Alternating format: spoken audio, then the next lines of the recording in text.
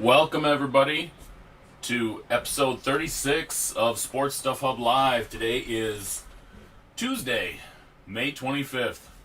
This year is damn near half over. I'm going to move my mic a little bit here. I looked at the calendar today and about shat myself, realizing that it's the end of May already. And we are days away from June 1st. We are weeks away from the kids getting out of school. My son is about to wrap up his sophomore year in high school. We are almost done with May of 2021. This is insane. This year has just flown by. Last year, in my opinion, flew by. And it's the NBA playoffs right now. We are full swing into baseball. All-Star break is, a month and a half? Basketball playoffs just started. The NFL draft has already happened. And we're 2.5 months away from the NFL season. Now that's the time I'm looking forward to. Good evening, Mr. Miller.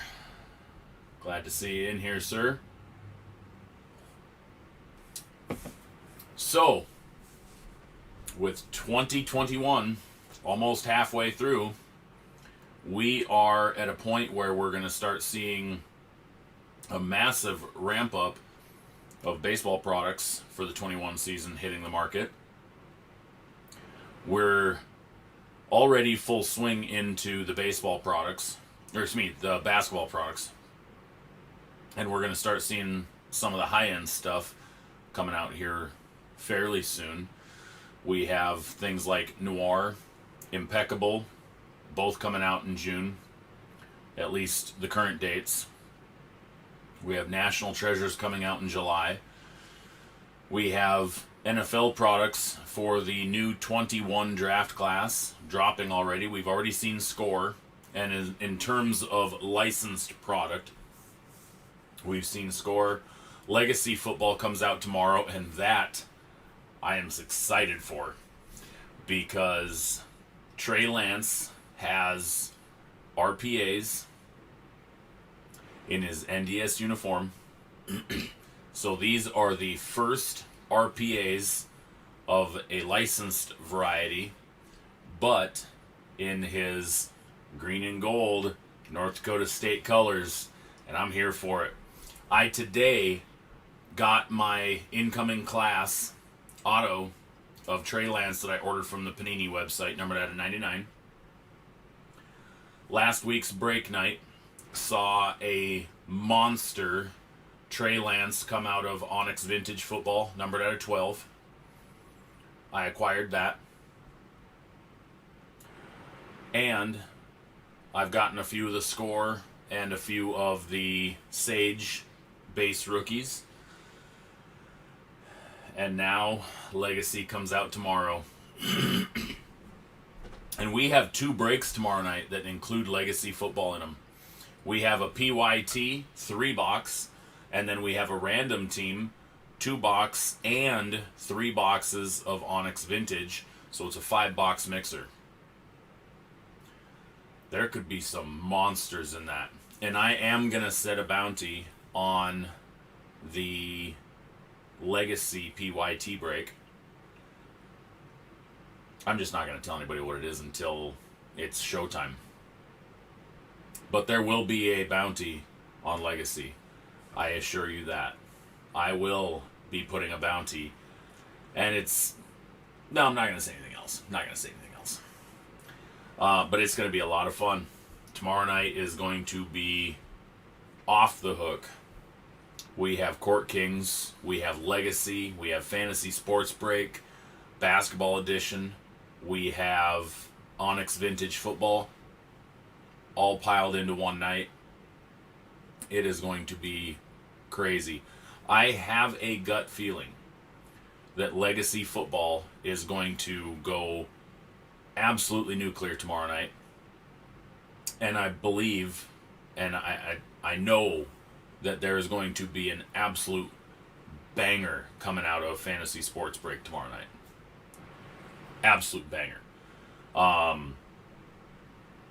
just don't see anything that I don't see any reason why there wouldn't. I mean, just the way we've been going for the last number of months, or excuse me, the last number of weeks, and the potential that's in this, we're gonna hit something big. So, I'm excited. I am excited. I'm looking down at my screen and I'm seeing some flashing. Hopefully that's not doing that on your guys' end too. I know YouTube was having a little bit of struggle with broadcasting earlier today. Hopefully that is mostly cleared up. So a few things that we do have coming up. As I mentioned, we have Legacy Football and Court Kings dropping tomorrow. Both will be available on the Panini website as well. Prices have been listed, I believe. I saw Court Kings was a hair over $300 and Legacy was just a hair over $200, if I recall correctly, which is about what I expected them to be because the online retailers had Court Kings at I think $350, $400-ish, and Legacy around $250. So it's kind of what I expected them to be on the Panini website. And then we also have Contenders Draft Football. I believe that comes out Friday. I'll tell you in a second. I know we have a product that actually comes out Friday. I was a little shocked to see a Friday release because we haven't been seeing many of those lately. But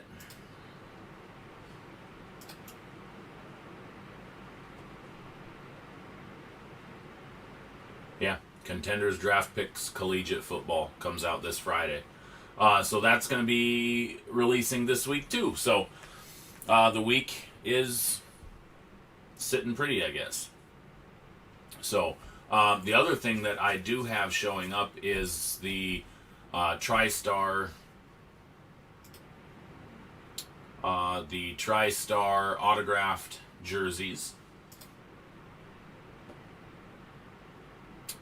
These are the Series 2, the Game Day Greats, and there is a Tom Brady in this product.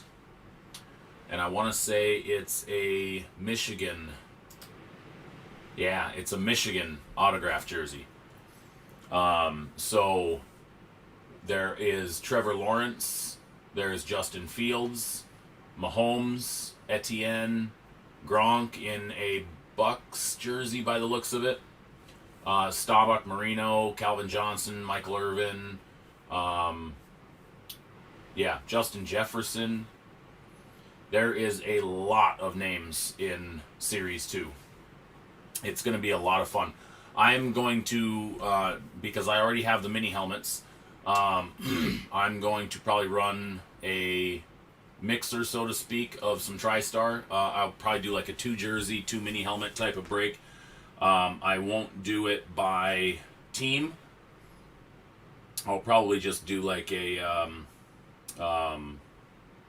draft. I might even do. I have enough coming of jerseys where I could do 5 and 5, and we could do a 10-spot draft. It'd get a little expensive, but we can make it work. David, yes, my plan is to do a Contenders draft break next week.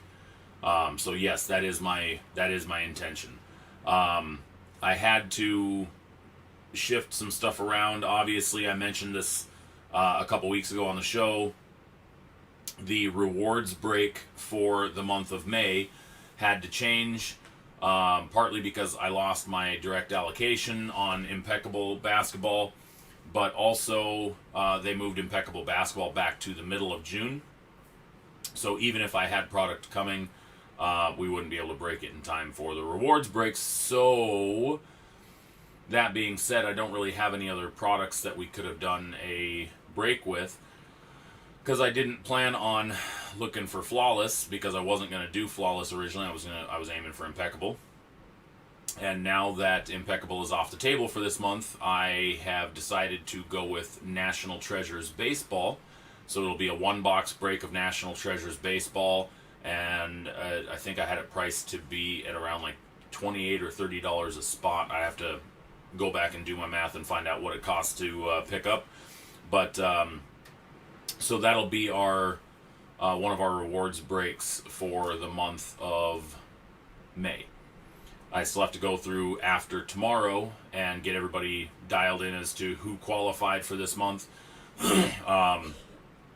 which I believe we had less people so far that qualified for this month than we did in June. In April. So we may end up allowing everybody to buy 2 spots in the NT baseball break, but we'll see.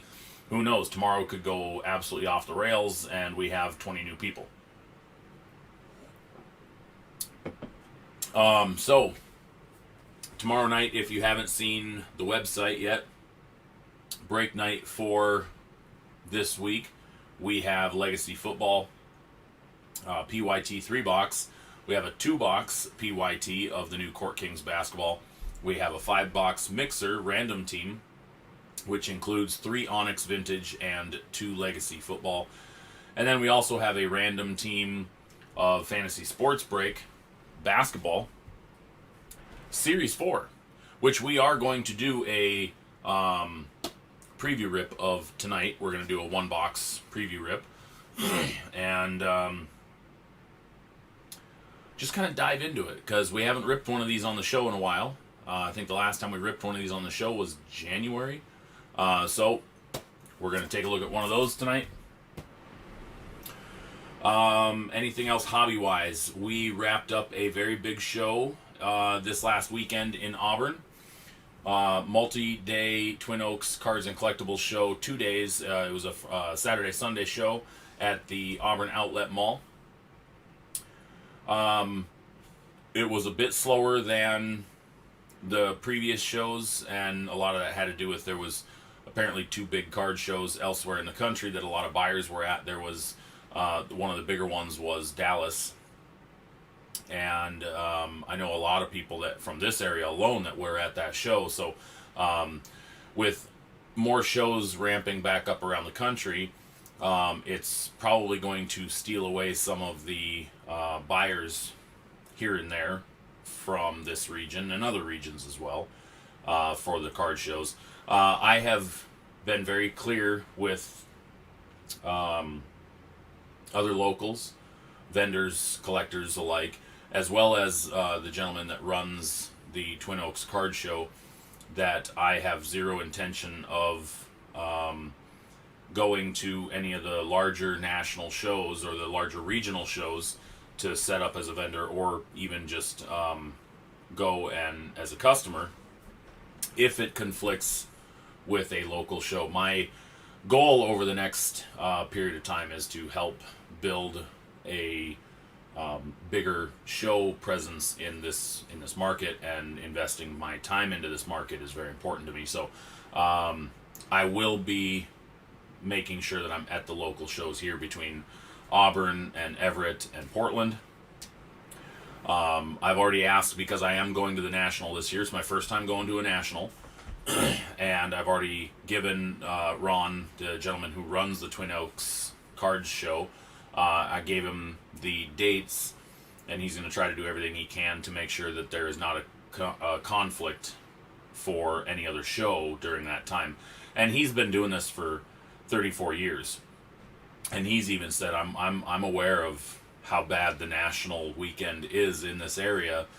He tries not to set it up, but sometimes he can't avoid it.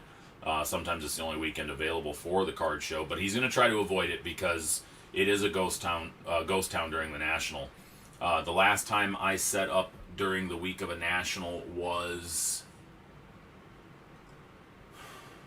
2017, I believe. And I don't believe I've ever been to a more dead card show ever. It was 25, 30 tables that normally used to be at the time, anyways. Aside from when the national was going on, it used to be 40 to 45 tables minimum, and then we'd get a handful of customers in there, and there was no customers. I mean, it was dead. I want to say that my sales for the day was like $40, and it wasn't like I had stuff overpriced and whatnot. I mean, anybody that's gone and seen my table sees, I've got really good stuff, and I try to be very reasonable on the pricing. But there was just nobody there buying. And so I was just like, okay, you know what? Not gonna do one of these shows during when it's competing against the national. It's just no point to it. And I did learn over this past weekend too. It's very tough competing against even the Dallas Card Show. I knew a few people that flew back Saturday night and came to the show Sunday, and Sunday turned out to be pretty solid. It was slow overall, but I mean, all it takes sometimes at a card show when you're a vendor is one sale can make or break your day, and sometimes you can pull that off in the last hour. That's happened to me on numerous shows where I literally just have people come by and they're buying dollar bin and $2 bin type cards, and all day long that's all you're getting, and you're sitting at $200 at 2:00, and all of a sudden 2-3 people come up to the table after 3:00, and then all of a sudden you're at $4,000 in sales for the day, and you're kind of like, whoa, okay, all right. And that's happened, I mean, just recently at the Portland show. I could have literally skipped the entirety of the show up until about 1:30. The show ends at 3. And, I mean, we had some sales, but, after 1:30, it was 90% of the sales that I had. And I mean, dollar-wise. And it was just like, wow, okay. Now, granted, if you weren't there the entire time, you'd have no clue, and so it's like, ugh. But sometimes the guys that show up at the last minute are the guys that are, and guys or gals that are dropping a fair amount of money on their on the show, and so that's happened to me a few times, and it's quite interesting when stuff like that happens, when you literally spend all day and barely anybody comes up to the table, or a lot of people just buy dollar bin cards, and then all of a sudden somebody walks up to the table after 2:00 and they want to buy $1,000 card from you. So I know one card in particular that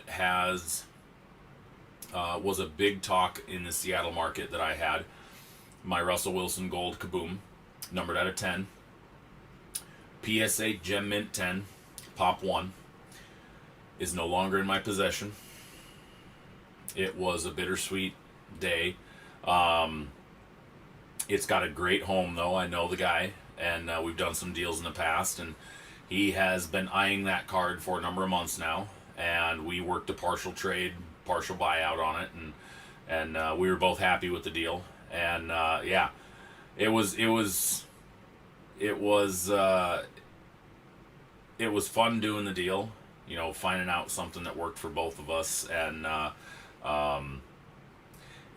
card was definitely a talking point at the table, because I can't count how many people walked past the table and that one card caught their eye and stopped them dead in their tracks.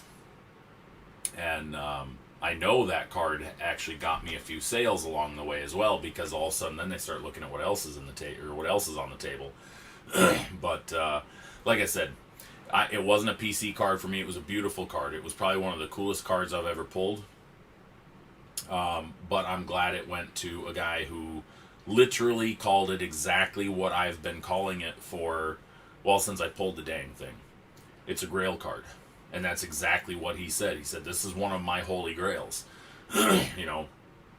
He goes, this isn't about value going up, investment, blah, blah, blah. He goes, this is literally a grail card for me. And I was just like, all right, it's got a good home. So I was happy with the deal. I was happy. I was happy to move it. I was happy to put it in the right person's hands, and was happy to get what I got out of it. I literally have had that card since November, and subbed it, got it corrected in January or February, and so it's literally been on my table since February in the PSA 10 case. Yeah, I'm gonna miss it. Definitely will. Definitely gonna miss having it on the table. I mean, it was a $5,000 card. Those aren't on local card show tables very often, unless you're talking, well, let's just put it this way. Low numbered cards in that value aren't on people's tables all that often. You run into a lot of cards, somebody could have one of the Mike Trout rookie parallels, the update, PSA 10, and yeah, that could be a several $1,000 card, but that's, one of 500 or one of several hundred. When you have a card that's numbered at a 10 that's in that price range, it's kind of, all right, I'm never going to see that on anybody else's table. So it, like I said, it was fun. It was definitely a fun trip. It was a fun ride having that. The adventure that card went through of going to PSA, being graded, being incorrectly slabbed as 2019, coming home, talking to PSA about it, getting it overnighted back to them, and then the almost 30 days to get it back.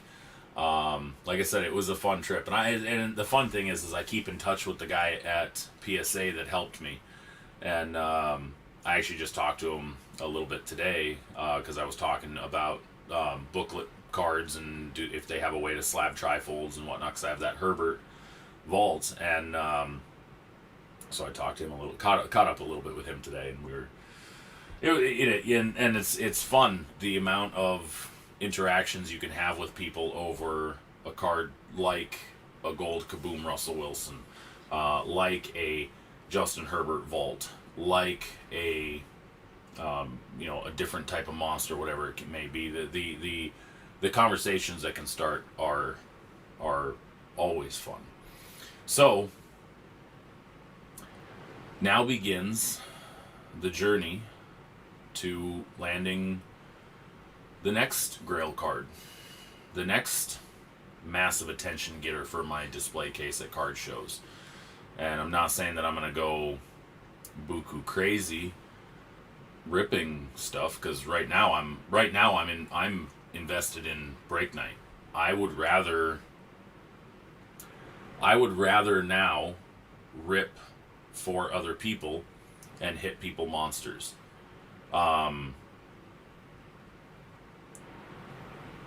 It's fun. It's a lot of fun. And I had some conversations with people about that. Real moment. I had some conversations with some people over the weekend at the card show, and a few people asked me because of the hot hand, because they look at my case, they look at my display case, and they see monster after monster. They see $500 card after $500 card after $500 card, and we're talking 500 and up. Several cards, several $1,000s in my display case. This is all stuff I pulled.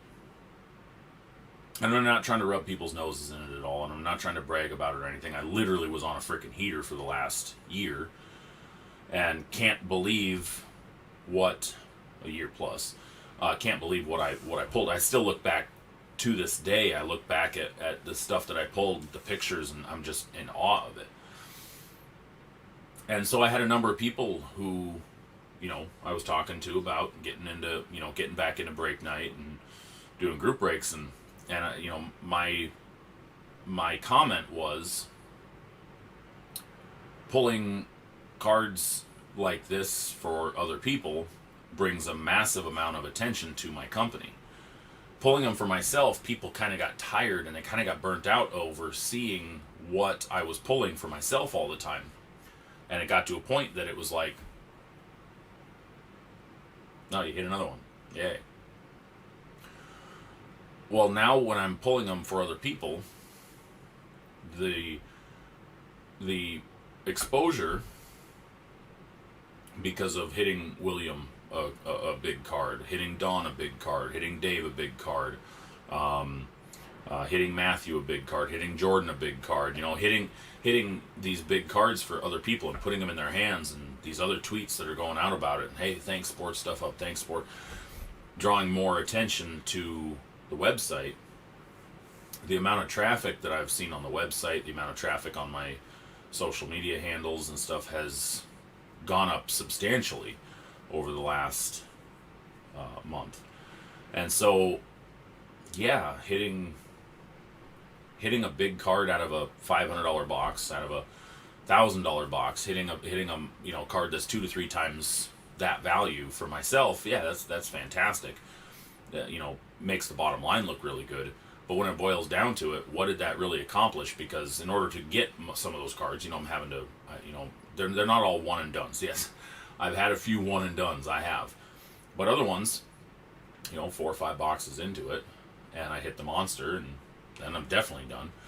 But if I'm ripping 2 boxes, and I hit David that monster, I hit Jordan that monster, I hit Don that monster, I hit William that monster, and I keep hitting these, if I'm doing 2 and 3 box breaks and I'm hitting those monsters for other people, and then I'm putting those cards in their hands, the advertising exposure for that alone is priceless. So the realness of that is, we've had this discussion. I've had this discussion time and time again. I'm not breaking to get rich. I'm not breaking to, I'm really not breaking to pay my mortgage even. I'm breaking as a form of advertisement, mostly for the company.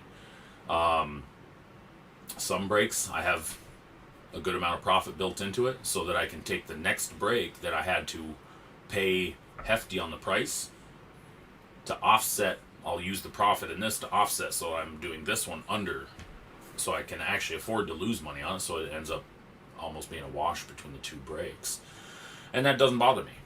I'm a numbers guy. I'm very anal about bookwork and keeping my numbers true and balancing everything, and if I can shift money from this to this so that it turns out like this, and maybe on a break I profited $25, but this one over here I profited $150, but this one over here I lost $100, balanced it. That kind of stuff doesn't bother me, because what's, the balance between the two is, making sure that I'm not sinking it. But I try not to do breaks at a loss, because that's dangerous territory. Because if I don't fill the break and I have to use house spots, then I'm losing money, and that's dangerous. That's very dangerous to do.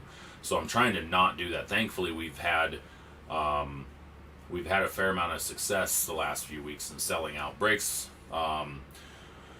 which we need to keep that up. We need to keep that momentum going. That's huge to be able to fill up breaks, especially for a small company like my company, like myself, to be able to do. But as I continue to do it, it gets more people out there. It's just like how I was breaking last time. Started off small, and slowly towards the end there, we were filling breaks pretty easily. We were doing case breaks back then, and honestly, if I was making $50 on a case, I was happy. I was ecstatic. Making $50 profit on a full case break.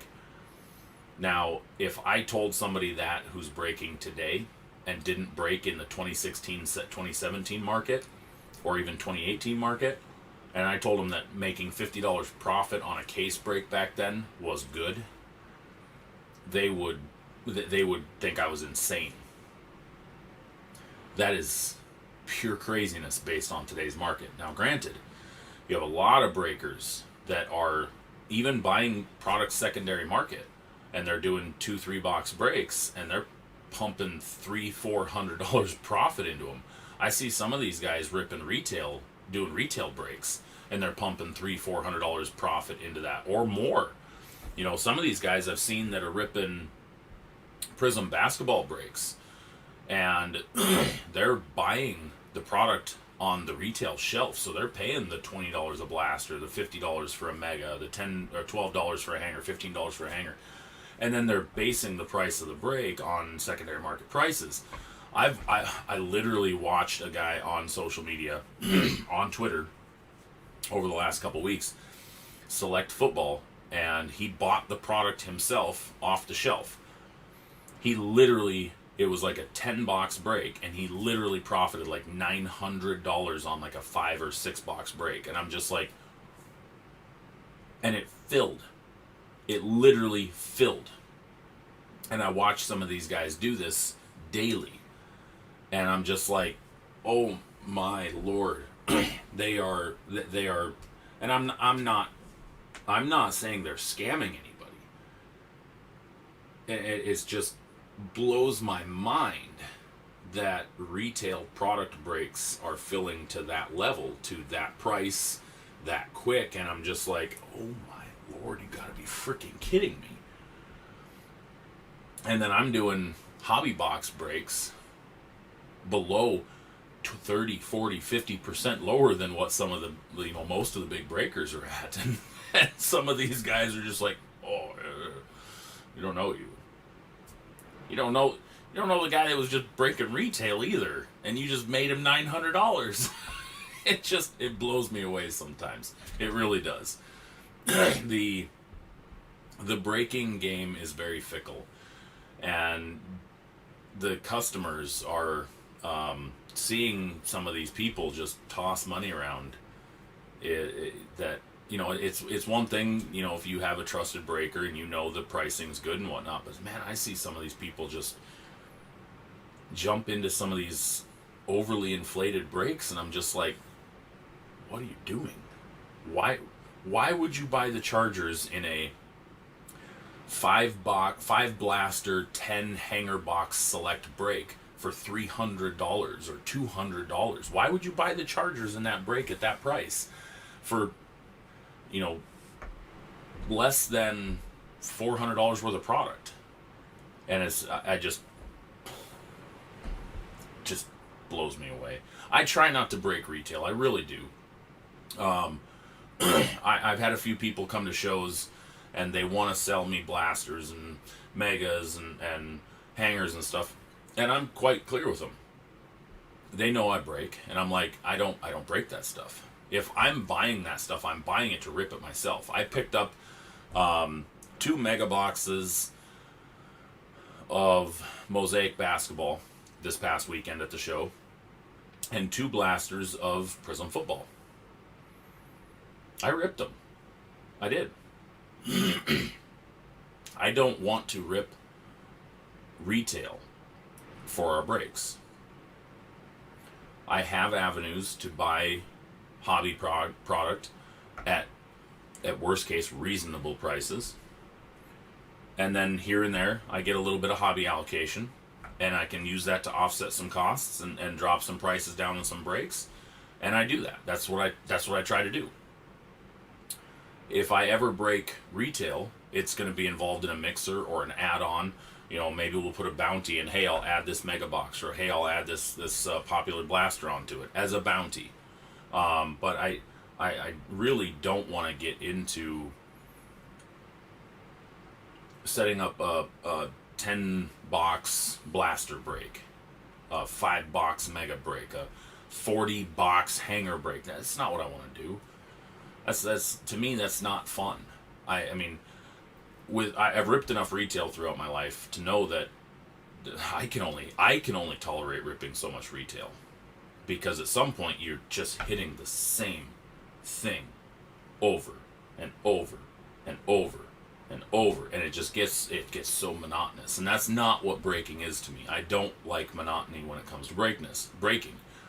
I like the potential of the unknown. And to me, that's not retail. Retail is very monotonous. It's very repetitive. It's very cut and dry. This is the max you're going to get. Yeah, sure, there's case hits in retail now too, and retail has kind of changed a little bit over the last few years, but still, in my mind, and just from what I've opened over the last 6 months, even the little bit of retail I've found, if I get multiple of something, I literally hit the same damn thing over and over again. It doesn't change. Sure, I could hit a zebra in select. Ooh, one time. Well, two times actually. But it's still not the same as ripping hobby boxes with the potential of hitting an XRC, with the potential of hitting an Aaron Rodgers patch auto, hitting a Jordan Love RPA out of 5, or Jalen Hurts RPA out of 5. The monster potential, the unknown potential in the hobby, just that's what draws me. More often than not, I'm ripping retail just to rip something and feed a fix, I guess would probably be the best way to call it. David had a comment. It was weird seeing it with a Steelers fan, to be honest.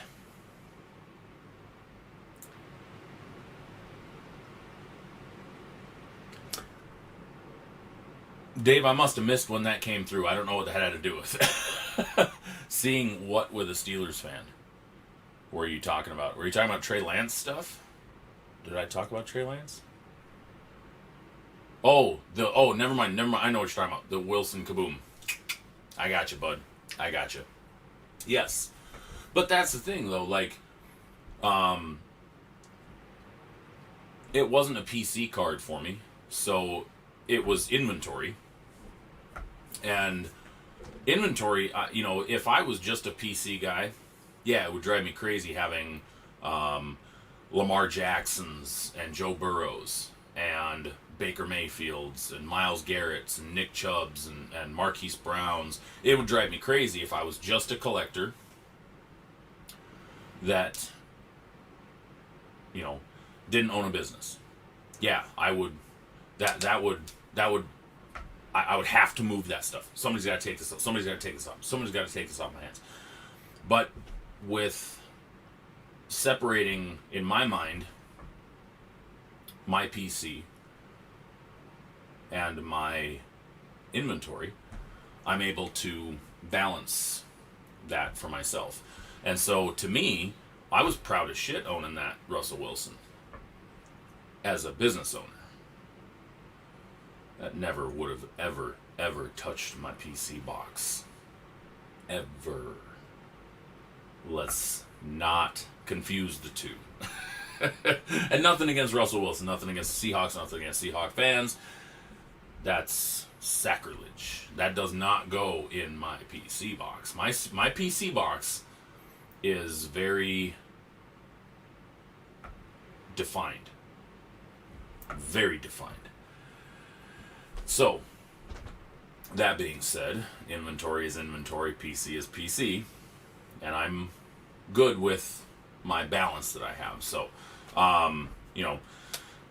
obviously I still have, I have tons of Joe Burrow stuff. I have several autos. I have a lot of silvers, a lot of higher end rookies of Joe Burrow, along with other, obviously, rookies. I have an entire 3,000 count box literally right here within arm's reach of me, full of the top rookies from the 2020 draft class. I probably have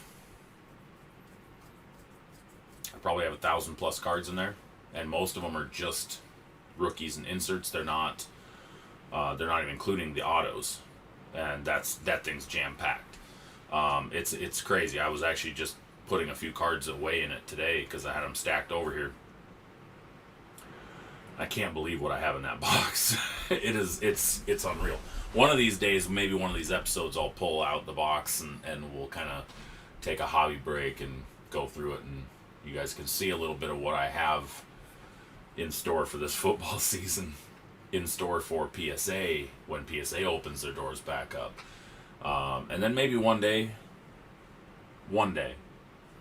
we'll dive into my black and gold box. We'll dive into my North Dakota State box. We'll dive into my Mariners box. Yeah. We could do that later on. But it's not going to be for a while, though. Not going to be for a while. Unless, we've got literally nothing to talk about in sports. Speaking of,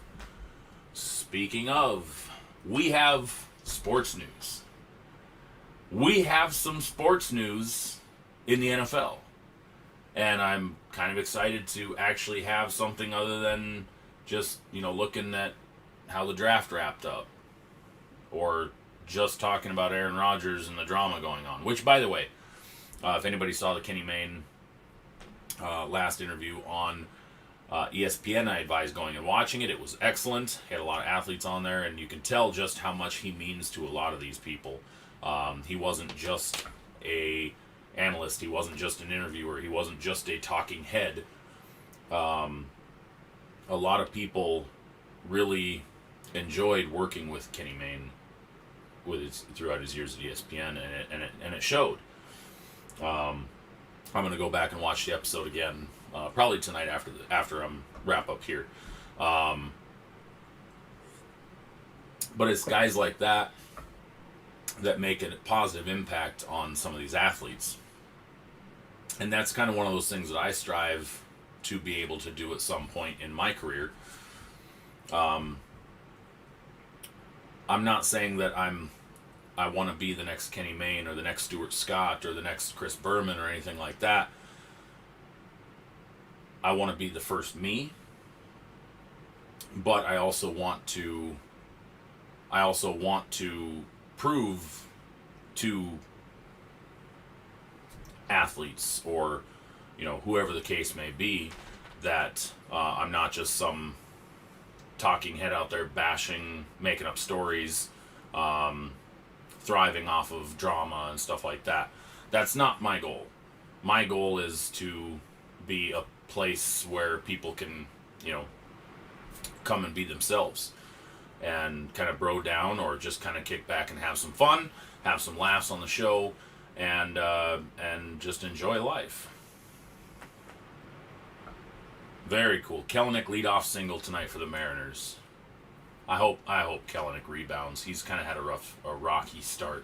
Granted, since he got called up, the Mariners have been absolute freaking dumpster fire. And,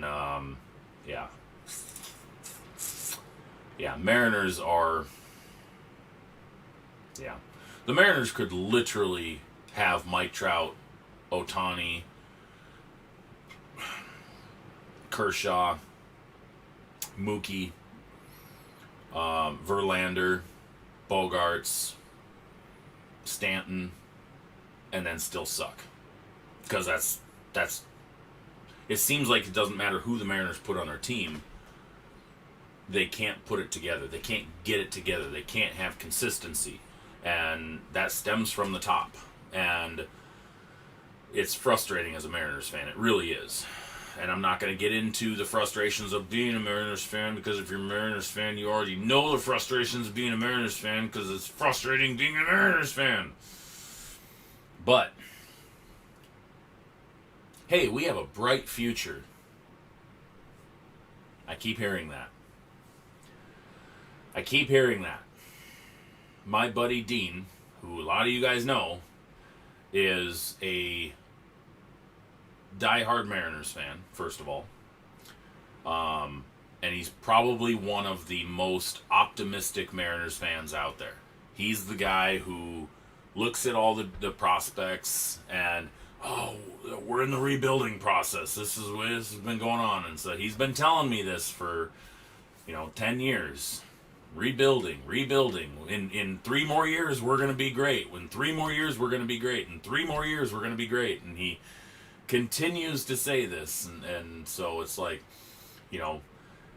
this was not supposed to be the Mariners' year. Next year is what a lot of people were eyeing up. But, literally, they called up half the guys that everybody's been excited about, and they get no hit. And then they get steamrolled, 16-1 or whatever it was, or 14-1 just recently. So it's like, yeah, okay, we still got Julio Rodriguez to call up, but Julio Rodriguez isn't going to change everything. One guy isn't going to change an entire team getting no hit. You mean, wait, he stopped the no-hitter from happening, so it was 1 hit and we still got shut out? So, that's been one of my frustrations as being a Mariners fan. Great farm system. Really bad pro system. Oh, Cubs had a bright future for 100 years. That they did, Josh. That they did. And I fully believe that that's the way the Mariners are going to be. The Mariners are always going to be the, we'll get them next year. We've got the talent in the farm system. We've got the talent coming up.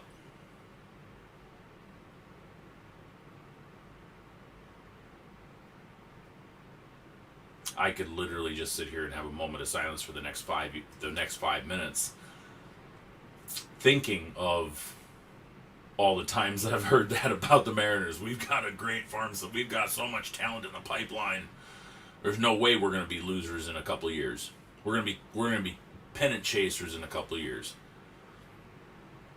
Can't even think the last time the Mariners sniffed the playoffs. Anyway, back over to the NFL, because we have some NFL news to talk about. If you have been hiding under a rock, Julio Jones is on the trade block. It came out that at the end of last season, he had requested a trade from the Falcons. Now, the Falcons have since hired a new head coach and a new offensive coordinator.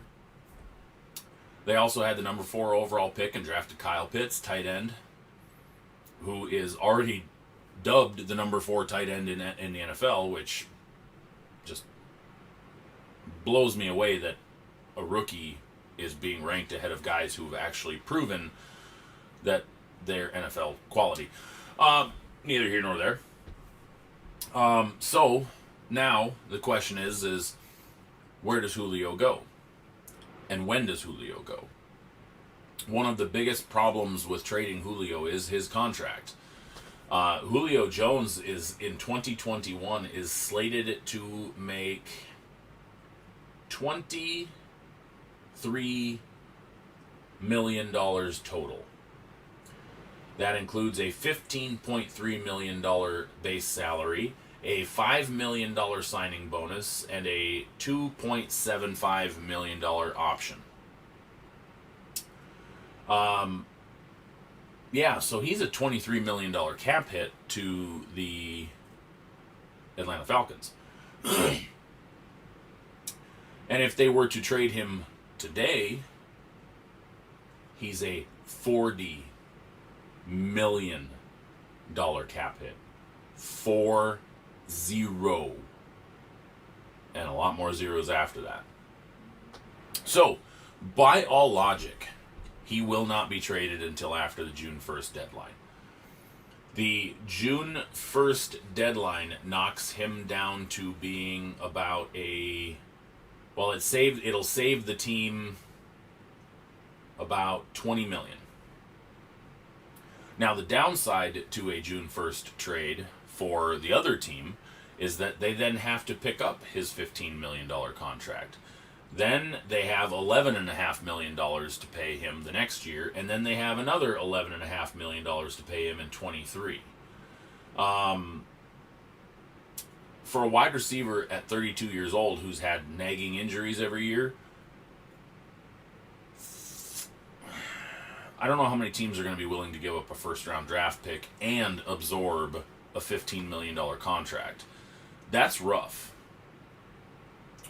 Now, you do have some teams with enough cap space to do it. Unfortunately, for some of the games that have been played in the off-season with voidable years and ghost money and all this kind of stuff, because Julio's contract is already set in stone and he's going into his 3rd year, restructuring is going to be tough. And I don't know if he would be willing to restructure and potentially lose his $36 million over the next 3 years. We'll see. He may be willing to restructure. I don't know. But either way, the team is going to have to be able to absorb that. And I don't think that any team, because in order to make the trade, because we are after a certain point in the new league year, I don't think they can be over the cap limit at that point. So they would have to free up the cap space before even trading for him, which could be tough to do. So the amount of teams that would be possible to pull that off just got drastically smaller. There's only like 6 teams in the NFL with enough cap space to even take on that salary right now.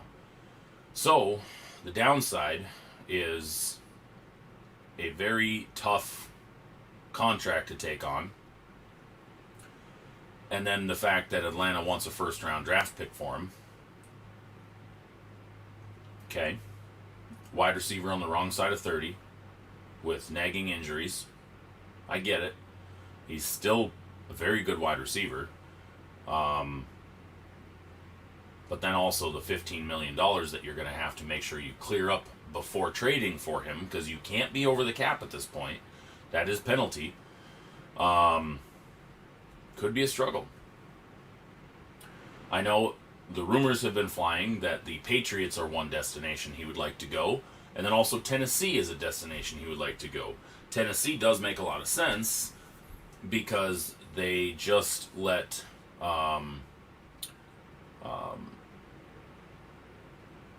their other wide receiver, not A.J. Brown, but went to the Jets. Now I can't think of his name. But that would make sense because then that gives A.J. Brown the ability to not have to take on double team after double team after double team. The Patriots, he said he'd like to go play with Cam. Well, the downside is, it may not be Cam's team. Julio gets traded to the Patriots. Cam gets benched. And now it's Mac Jones' show. Does Julio want to play with Mac Jones?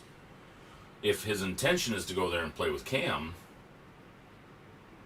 I'm assuming he would be lobbying for Cam to be the quarterback all year. And we don't even know if Cam's going to start the season. It could be the Mac Jones show by day one. Who knows? There's not enough happening, not enough news for us to know for sure. Corey Davis, thank you very much. There's not enough news for us to even put that pencil to paper right now. Josh just said KC would be unstoppable with Julio. Would they be, or would they struggle because that would be a piece they would have to try to fit in? I don't know if they. To me, that takes away too many targets from Kelsey and Tyreek Hill. And Hardman's already establishing himself. Then you're upsetting balance. You already had Le'Veon Bell that tried to come in and he's a dominant player when given the opportunity, when healthy. And they couldn't even find a role for him.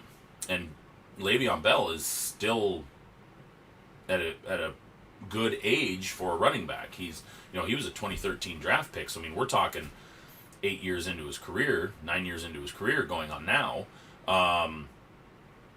But now you're talking about disrupting the chemistry that KC has, and now you're talking about taking mass target share away from a Tyreek Hill, a Travis Kelsey, and even Mecole Hardman. I don't know if that balance would work. And then you're also not giving Julio enough targets to eat. So going to KC I don't think would be a good idea. I just don't think that there's enough targets to make that work. I mean, now if they went to a complete passing offense with no run game whatsoever, and Patrick Mahomes is throwing the ball 45 times a game for 18 weeks, or 17 games, yeah, but then you're going to have a quarterback whose arm is burnt out by week 15. Correct, and I get it. Julio wants to win. Yes, he's been on the Falcons his entire career. Was he an 09 or a 2010 draft class? But he's been with them, and yeah, he'd been to the Super Bowl. And there's been a fair amount of down years in Atlanta. And it's not necessarily about Julio. Um, I don't necessarily know if it's Julio that the issue would be for amount of targets. I just think that it's going to take away and disrupt the current chemistry that a team like Kansas City currently has going on with their primary target setup. If Julio came in at the twilight of his career where he was, trying to give it the old Chad Johnson or the old Terrell Owens, and they were okay with 30, 40 targets a year and, um, 3 catch games, 3 target games, that type of stuff. Yeah, yeah, a Larry Fitzgerald type of thing. I can't even say that because even Larry just put up 100 catches 2 years ago. But, yeah, I don't know. I don't know if that balance would work with Julio there.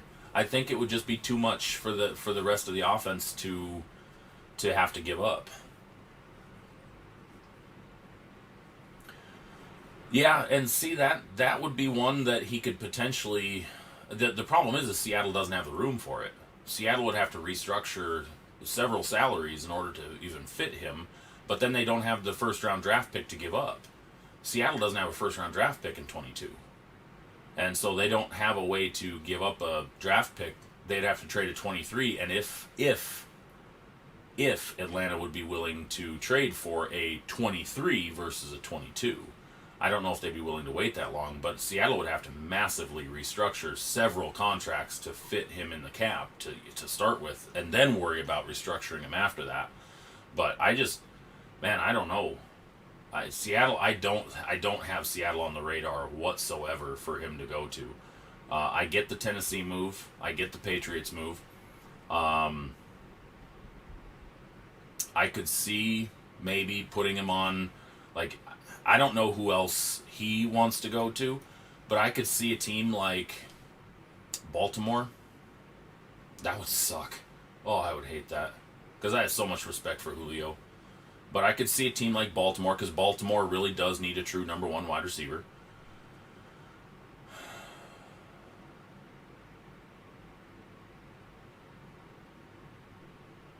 I could see the Jets, maybe. Um, just to kind of help facilitate the transition with Zach Wilson. Because that would help Julio could help Zach Wilson a lot. Um, I would almost say maybe even a Cincy or Miami type of move, but they just went big on a wide receiver in the draft. So, but maybe that could pair well because Julio worked very well with Calvin Ridley, and so maybe that could bode well for him as well. You could imagine Julio, Jamar Chase, or a Julio Devonta Smith pairing, or a Julio. Yeah, I mean, the possibilities are really endless when it boils down to it. Correct. The salary cap right now, because of this whole everybody exposing this voidable years thing, it's manipulatable if the players are willing to renegotiate, and that's been part of the problem. The problem is when you hit these voidable year contracts, you literally are telling a player, "Yeah, we're going to pay you this year. Screw you after that, though, because we literally can void you and call it good." But at some point, as a lot of people have pointed out, why a lot of these analysts have pointed out why some teams are not using these voidable year contracts is because the bill comes due. This is not something that they can run from. The bill comes due. You're going to have teams that are putting all these voidable year contracts together and all these back end heavy contracts, and they're going to be millions over the salary cap in a few years, even with the massive increase. So they're going to have to get creative next year even in order to potentially back end some more stuff and push it down the road, or trade and get out of some of it. It's this whole season, this whole off season's salary cap structure is going to get changed with the next CBA, guarantee, because players are come on, you have a guy whose contract is literally a 4-year contract all voidable years. Taysom Hill's contract is 100% voidable. Show me the last player in NFL history that had a 100% voidable contract at zero cap hit. Nobody. Not a multi-year contract. 1 year, sure. But not a 4-year fully voidable contract. That's insane. That is nuts. That's going to be done after this year. Next CBA, nope, not happening. They're not going to allow that crap because Taysom Hill gets cut tomorrow, and they owe him nothing, and he's a zero salary cap hit. NFLPA is going to be out for blood. But that's why certain teams haven't been using it, because they don't want that. They don't want to expose that. They don't want to potentially screw a player over, because that's exactly what's going to happen. These voidable years are going to screw people over big time. Big time. It's a business. That's what the NFL is. It's what it's become. Everybody knows it. And you're going to see a lot of players that get hurt because of that voidable years thing.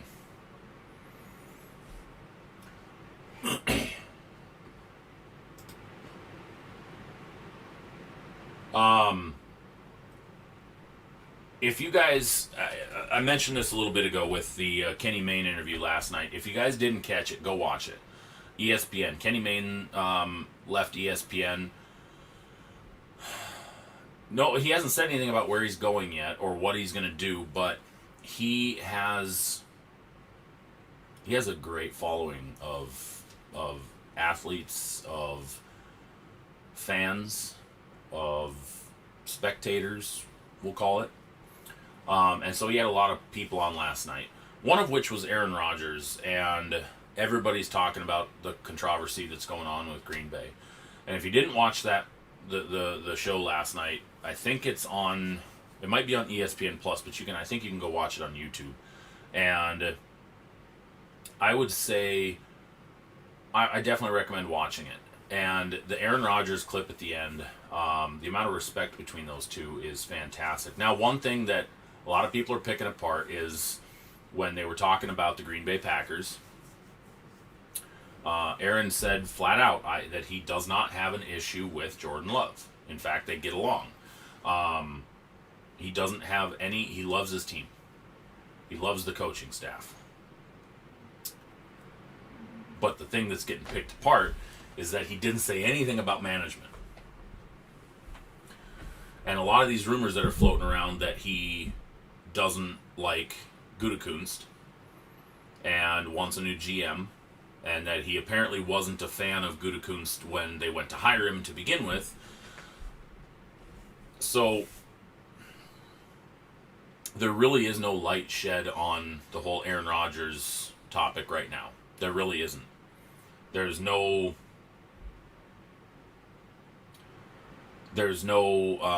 light at the end of the tunnel. Now, one thing that is speculative right now is, again, same as with the Julio Jones trade talk. Nothing's going to happen with Julio Jones until June 1st. Nothing. He will not get traded pre-June 1st. It's too big of a cap hit. One thing that potentially will happen is that we'll see Aaron Rodgers get moved after June 1st, because the Aaron Rodgers cap hit goes down by $20 million as well, post-June 1st. So Green Bay absorbing that massive cap hit is not going to happen today. It's why it didn't happen at the draft. It's why it hasn't happened so far. Post-June 1st, if he's going to go anywhere, it'll be in that first 2-week period after June 1st. If he's not traded by mid-June, he's going to be either retiring or he's going to be a Green Bay Packer next year. That's everything I've been reading, everything that I've looked at where common sense is used and facts are used points to that. Now, yes, there could be a Hail Mary thrown up last 2 weeks of the season. Maybe a quarterback goes down in training camp, or maybe a quarterback goes down in preseason, or something happens. Something always happens. Mariota could get traded. Who knows? But after June 15th, so between June 1st and June 15th is the sweet spot window for the Rodgers trade. I'm telling you that right now. The odds of him being traded any day after that go down a little bit every single day. The chance of him getting traded goes down a little every single day after June 15th. I believe he's going to get traded. June 1st, June 2nd, you're going to hear an announcement. June 3rd, maybe. They can't do it now because of the tampering. Because, well, they can't announce it right now because of all the tampering rules and whatnot. You can't swoon Aaron Rodgers if you're another team. He's under contract. That's tampering. And so, teams reaching out, yes, Green Bay Packers are going to field calls about it. Sure. But they're not going to talk open trade talks until June 1st. Then come the offers, signed, sealed, and delivered. Aaron Rodgers is a Denver Bronco. Aaron Rodgers is a Houston Texan. A lot of people are like, oh, San Francisco 49ers are going to get him. Yeah, I'm sorry, they're not. They just drafted Trey Lance. They're not going to trade for Aaron Rodgers at this point. Unless they trade Trey Lance, which they literally traded up in the draft to get Trey Lance and gave up like 5 picks for him. They're not going to trade for Aaron Rodgers. They're just that would just be stupid at this point. But I tell you what, if Aaron Rodgers ends up a Denver Bronco and we have an AFC West with Patrick Mahomes, Justin Herbert, Aaron Rodgers, if I'm Derek Carr,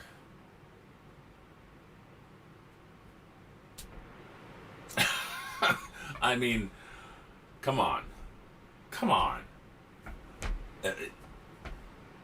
That being the AFC West would be ridiculous. That's kind of what the AFC North is going to look like in 5 years, when you have Burrow fully established and Lamar Jackson and Baker Mayfield all in the same division. And then who knows what the Steelers are going to do. Maybe it's Mason Rudolph. Maybe it's Dwayne Haskins. Who knows? Could be Ben Roethlisberger still in 5 years. I don't know. Maybe he decides to play longer. But that would be like the AFC North in a few years. I mean, you have an MVP, Rookie of the Year. You have 2 up-and-comings that are already highly touted. Well, and I mean, well, technically they're all 3 up-and-comings because all 3 of them were 2018 or later. So, I mean, they're all 3 up-and-comings, but they're all 3 highly touted. That's going to be crazy. AFC North football is going to go insane. Especially once the Steelers end up making their move for the future. And who knows what's going to happen there. I mean, like I said, the Steelers haven't had a top 15 draft pick since Ben Roethlisberger in 2004. And I mean, selected. Not selected, but actually had that pick. So that was their draft spot since 2004. They've traded up, but they've never had a top 15 pick outright since Roethlisberger. So, not sure that I see them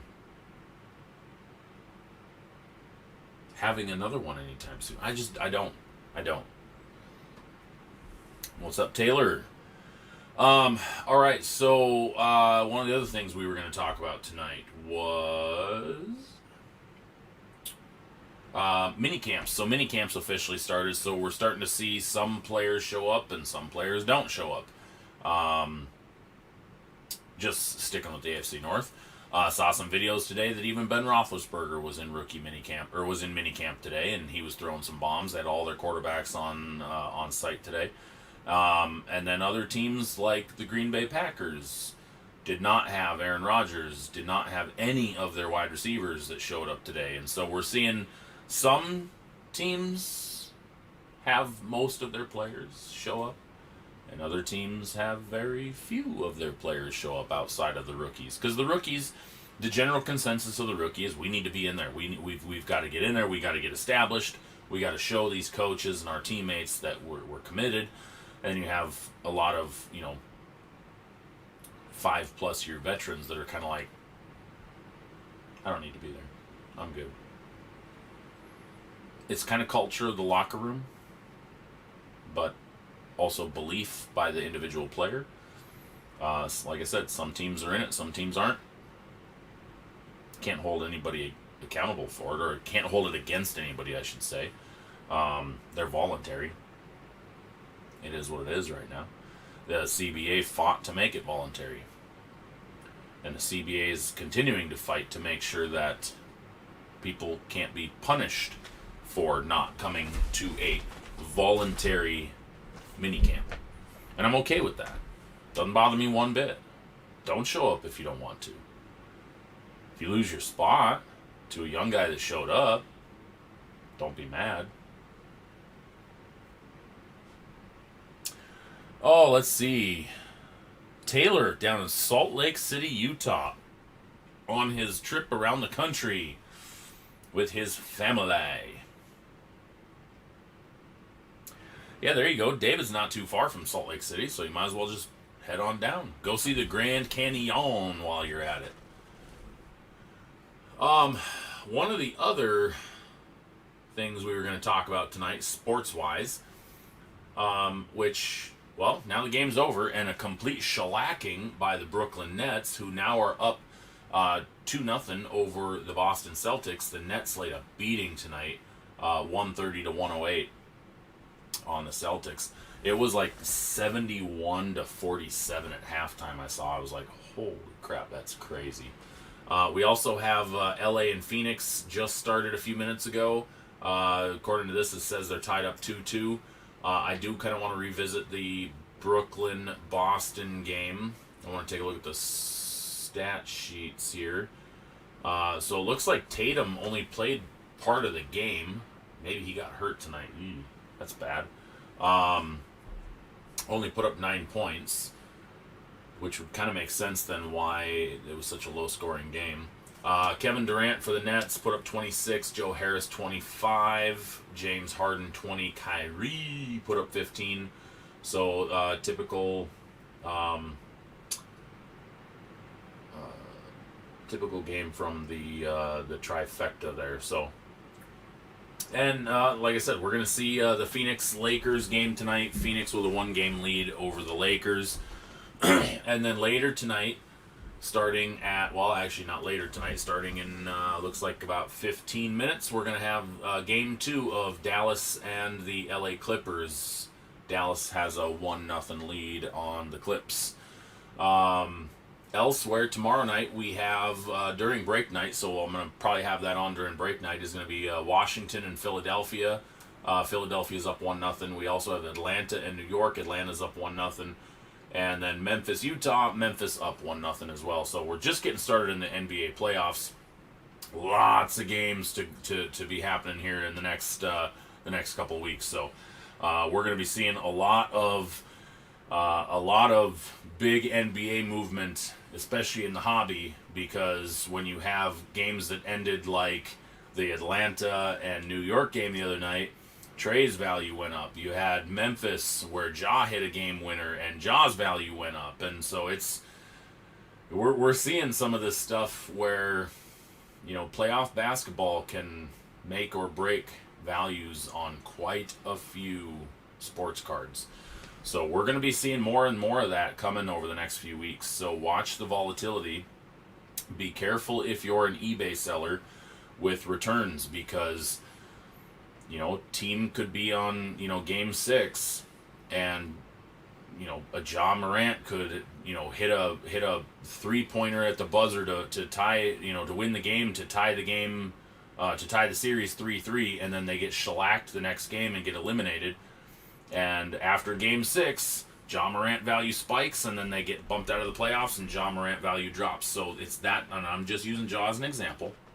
I'm not saying it's going to happen, but be very careful if you're an eBay seller with selling based on waves of value. Because as we've seen in the recent 12 to 16 months, eBay will not back you. If value drops, they will not back you. You, as the seller, are going to get screwed. So just be careful with that. Heading to Moab tomorrow morning. See the Grand Canyon next week. Why did KD come off the bench in Game 1? I don't know. I didn't watch the game, so I'm not quite sure why he came off the bench. Philly Washington Game 1 was fire. That is true. You guys taking the scenic route for sure. Going to as many national parks as you can. That is awesome. Taylor, are you guys going to go to, when you come back, are you going to go to Glacier National Park in Montana? Highly recommend it as a stop. Beautiful area to go to. 4 hours from the Grand Canyon. Not bad. Not bad. Let's see. Baseball. Dave's been giving us updates. Let's hop over to MLB. Oh, I hate when it does that. MLB.com.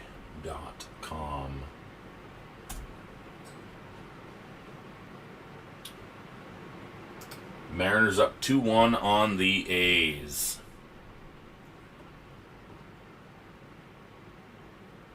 Bottom of the second.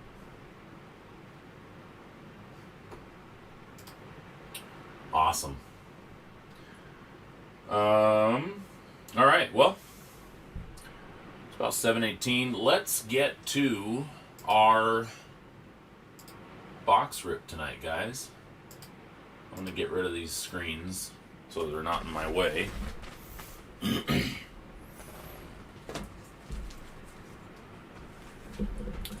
I don't have my break camera out, so just give me a moment here to get my cords unmangled.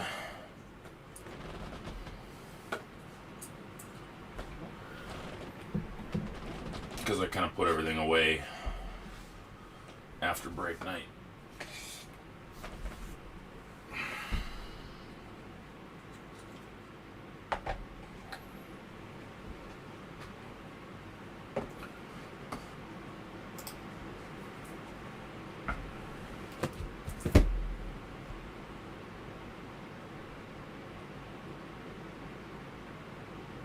All right.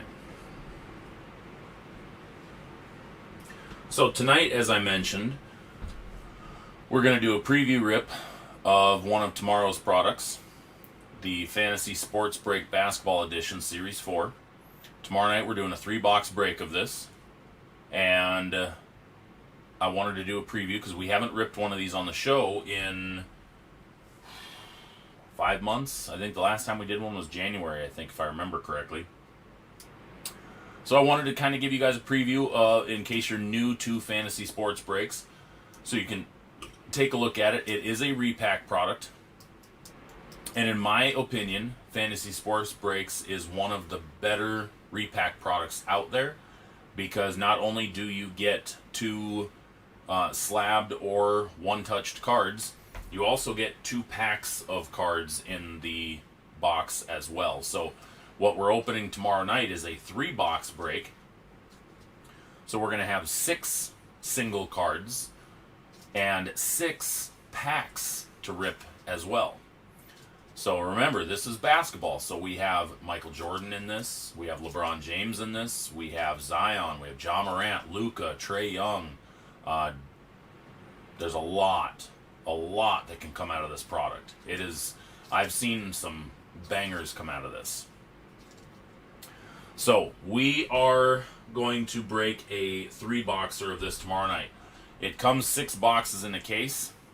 I haven't decided what I'm going to do with the other 2 boxes in my case. If I'm going to do a break with it the next week, I may do that. or just sell the other 2 boxes. I don't know yet. We'll see. But anyway, we're going to rip this box we have in front of us tonight and give a couple cards away out of it. I don't know if I'm going to give away one of the singles that comes out of it or give away something out of the packs. I don't know yet. We'll see. So this is 2021 Fantasy Sports Breaks Basketball Series 4 here on Sports Stuff Hub Live, episode 36.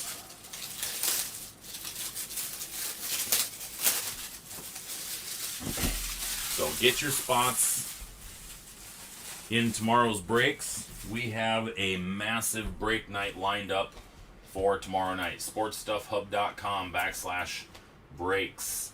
We have 4 breaks lined up for tomorrow night. And they are going to be bangers.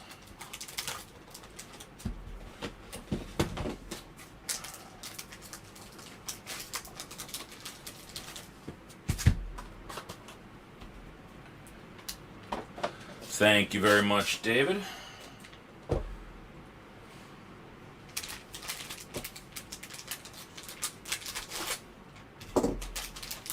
So every box comes like this. So one of our packs, as you see here, is going to be Illusions Basketball. And the other pack they gave us is Old School Hoops. Oh boy, friggin' hoops.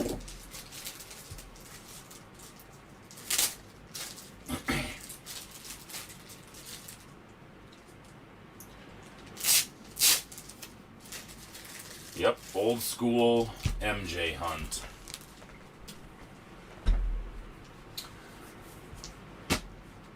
Alright, so possibly, we'll see.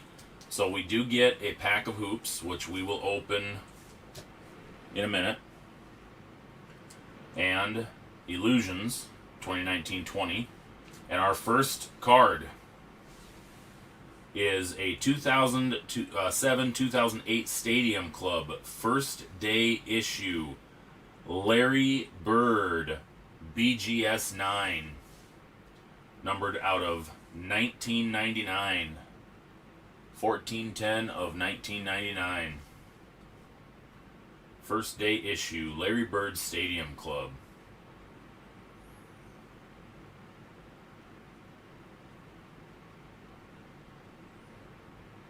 Card number 2. If you guys can already see it, a 2018 Panini National Convention Gold VIP pack, Luka Doncic rookie. BGS 9.5. That's a pretty cool card. I have one of these at PSA right now, actually. But that's actually a really cool card. It's one of the first Luka cards that PSA made.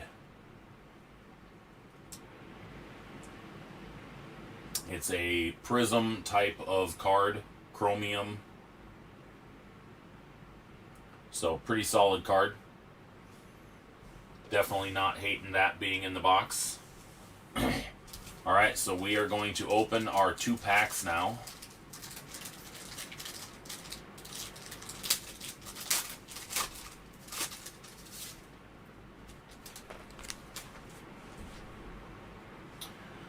Old School Hoops. Richard Anderson, Dale Ellis, Randy Whitman, Mark Price, Sam Vincent, Byron Scott, James Worthy, Ken Norman, Reggie Williams, Blair Rasmussen, Jim Farmer, Ricky Pierce, Larry Nance, John Sunvold, and Steve Coulter. Not anything big in our hoops. So moving on to 1920 Illusions. This doesn't say if it's which product it's out of. So here is Illusions. If you haven't seen it, here's the base cards. Giannis, Ricky Rubio. We get an Anthony Davis season highlights game winner at 2020 All-Star Game. AD. Luka. Kendrick Nunn rookie. And then our last is a Kobe White rookie. So overall, not a bad pack of illusions. No hit in it, obviously.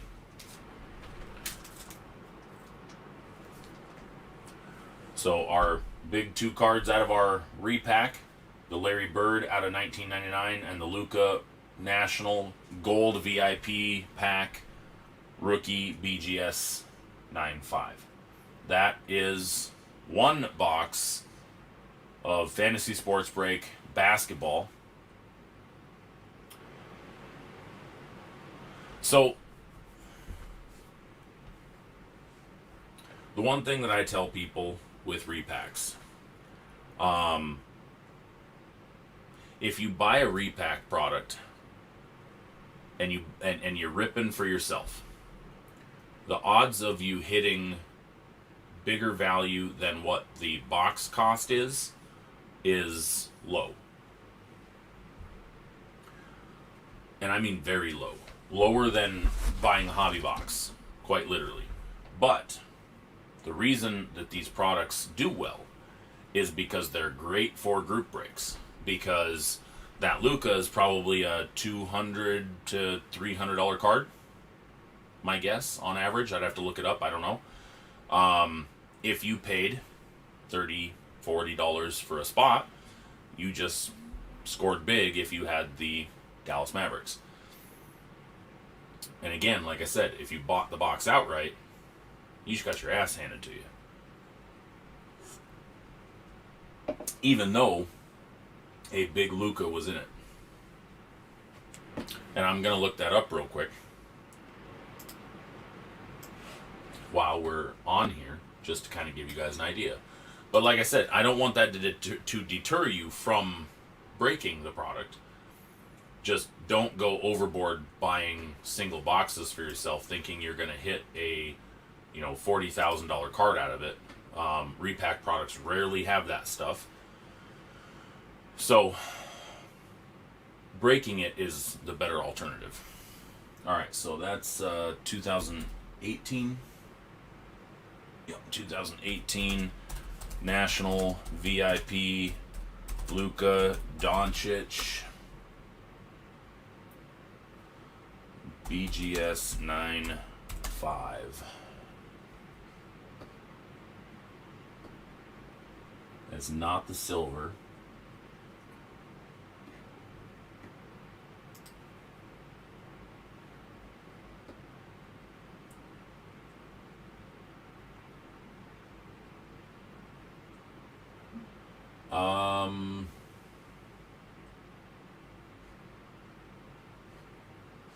Actually, I want to see if this is the same exact one. That'd be funny if this was the same exact one that I just pulled. Oh, don't do that. That's not what I wanted. It's funny. I go through these sometimes and I look for where the card was purchased.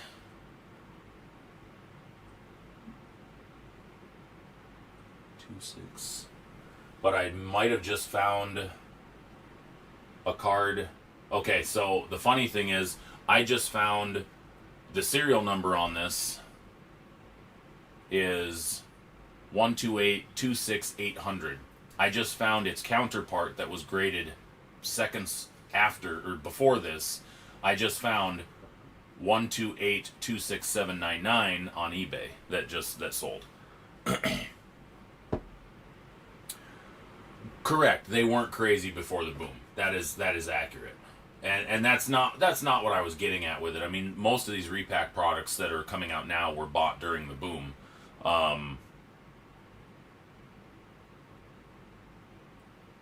Correct. Yes, and that was the perfect time to buy repack product, was right as the boom was hitting, because all those were bought. The singles were bought during the boom, or before the boom, excuse me. And so but that's the thing now. All these repack products now were bought during the boom, so prices are up on them and whatnot. But like I said, even this card being a $300 card, is great for the individual spot, not so much for the person who's buying a single box for themselves. So I'm gonna check this National VIP Luka Doncic BGS 9.5. So I couldn't. There was none. The only sales were best offers accepted on eBay. So I'm gonna check 130 point real quick. Yeah, the highs can be super high. Absolutely. Yeah. So it's like I said, it's about a $200 card. Yep. Yeah, it's about a $200 card. So again, I don't let it discourage you from joining group breaks of it, because again, the potential of scoring something substantially more than what your spot cost is big. Just don't go crazy buying single boxes for yourself thinking you're going to score big, because it's tough on a repack product to hit value worthy of the repack product, unless we run into a situation like what Josh was just saying, where stuff was bought pre-boom, and yeah. So, okay, so I'm gonna give something away. I'm curious though. Before we do that, I kind of want to see what this Larry Bird is. I don't recall that 2007 Stadium Club Larry Bird.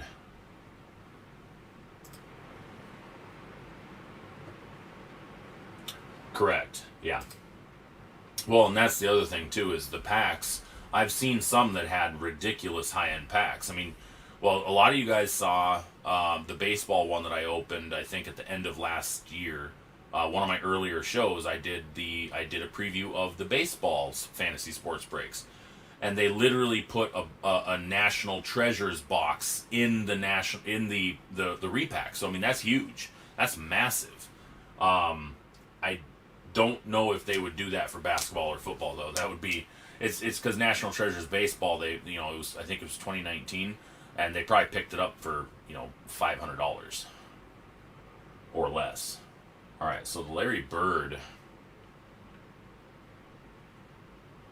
Okay, so 2007, 2008.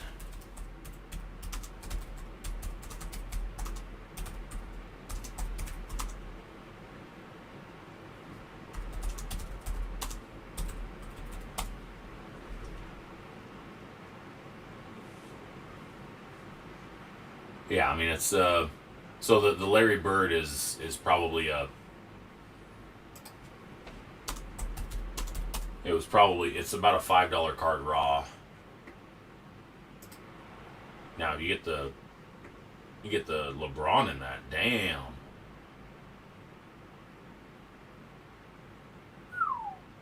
The LeBron's huge. That's pretty awesome. Yeah, I've seen a Michael Jordan come out of the basketball repack as well. It's pretty, like I said, it's pretty impressive. But right now, with the way the repacks are, with having to buy the product, the price goes up on the repacks, and making, you know, if you're ripping yourself, making money back is kind of tough. Now, I have seen a few as well where, like Patrick Mahomes Prism Silver Rookie in some of them as well. That's pretty badass. I'm looking forward to when the football one comes out. All right, so tonight I'm going to give away the Larry Bird.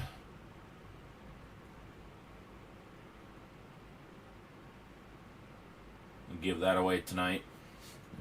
Don't really have a big variety of cards to give away, so I'm going to then give away the entire pack of Illusions. So I'm going to give away everything that was in the Illusions pack is going to go to winner number 2. So that's going to be our 2 winners tonight, number 1 and number 2. Let me see if I can find my screen. There we go. Randadadum.org.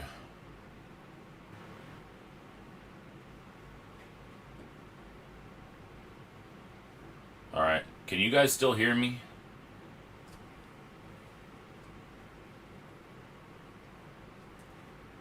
I want to make sure you guys can still hear me.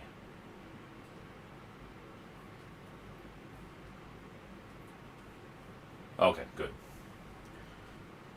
All right, so we're going to start with our dice roller so we know how many times we're going to randomize the list. Roll dice. 12. We are going to randomize the list 12 times.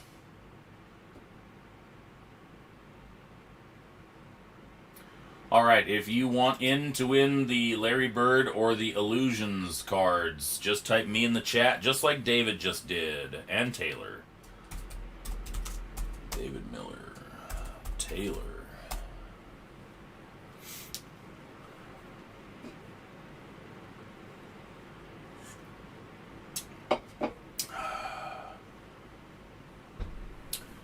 Shane.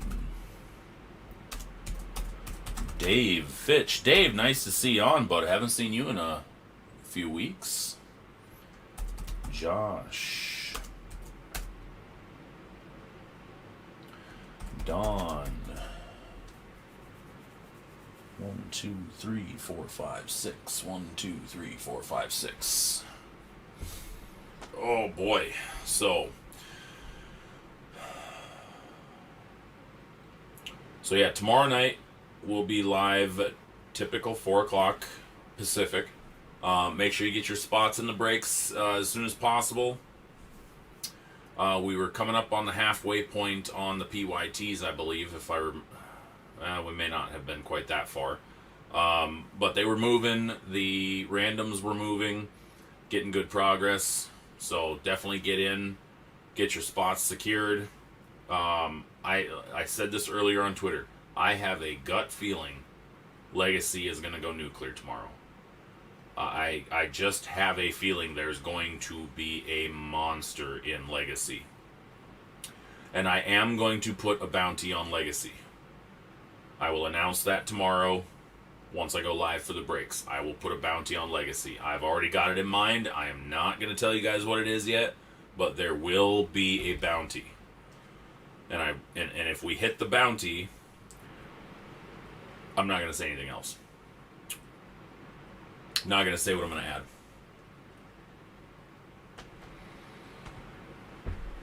There you go, David. You're going to get some good Mooney for that Mac Jones. That's a good card. But yes, tomorrow night is going to be... Yeah, tomorrow night's going to be good. I'm excited. And then next week, we are going to add Contenders Draft Picks football for breaking. I'm probably going to put together a memorabilia mixer of mini helmets and jerseys. I haven't decided how I'm going to do it, if I'm going to do like a 10 spotter with like 4, or if I'm going to do a hit draft 10 for 10 type of thing. I don't know yet. We'll figure it out. But I am going to do a memorabilia mixer as well.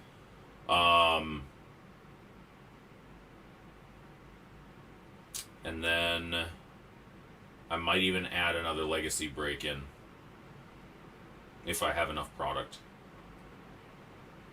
And then I'm going to get the baseball.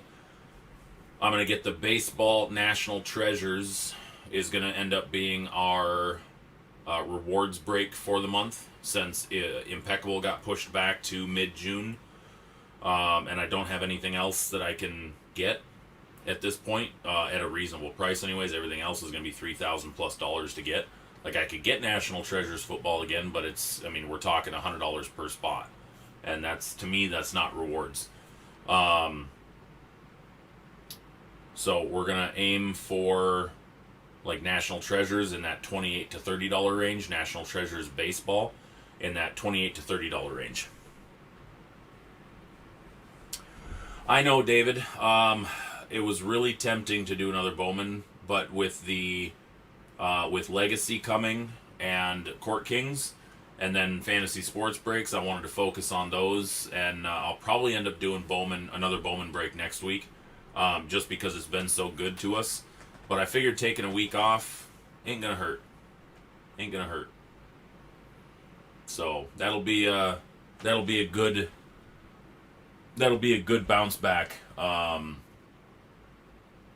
for Bowman next week. So, all right. Looks like that's all we're going to get for tonight on the drawing. So, good luck, everybody. We're going to randomize 12 times. Ready, and 1. There's our 6 participants. And, of course, I moved the screen instead of doing what I wanted to do. 2, 3, 4, 5, 6, 7, 8, 9, 10, 11, and 12th and final time. Good luck, everybody. Number 12. Shane taking the 1 spot, winning the Larry Bird. Taylor in the deuce hole, taking the Illusions pack. Congratulations to our winners, the Larry Bird and the Illusions.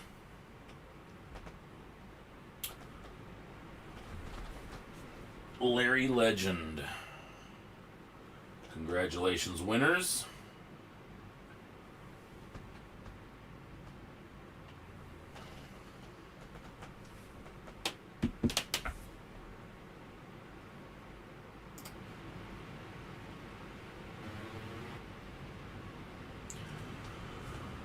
Okay, so as I said, Legacy tomorrow, Court Kings tomorrow. We're breaking both.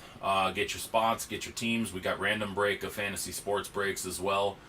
3 boxer on fantasy sports break, 3 boxer on Legacy, 5 boxer on the mixer of football, which is 3 Onyx Vintage and 2 Legacy, and then a 2-box Court Kings PYT as well. So make sure you guys go get your spots, get your friends in here. Let's get everything sold. Let's get everything lined so that we can just fire it up and rip away. So we're not waiting an hour to get our first break down. Let's get those spots sold.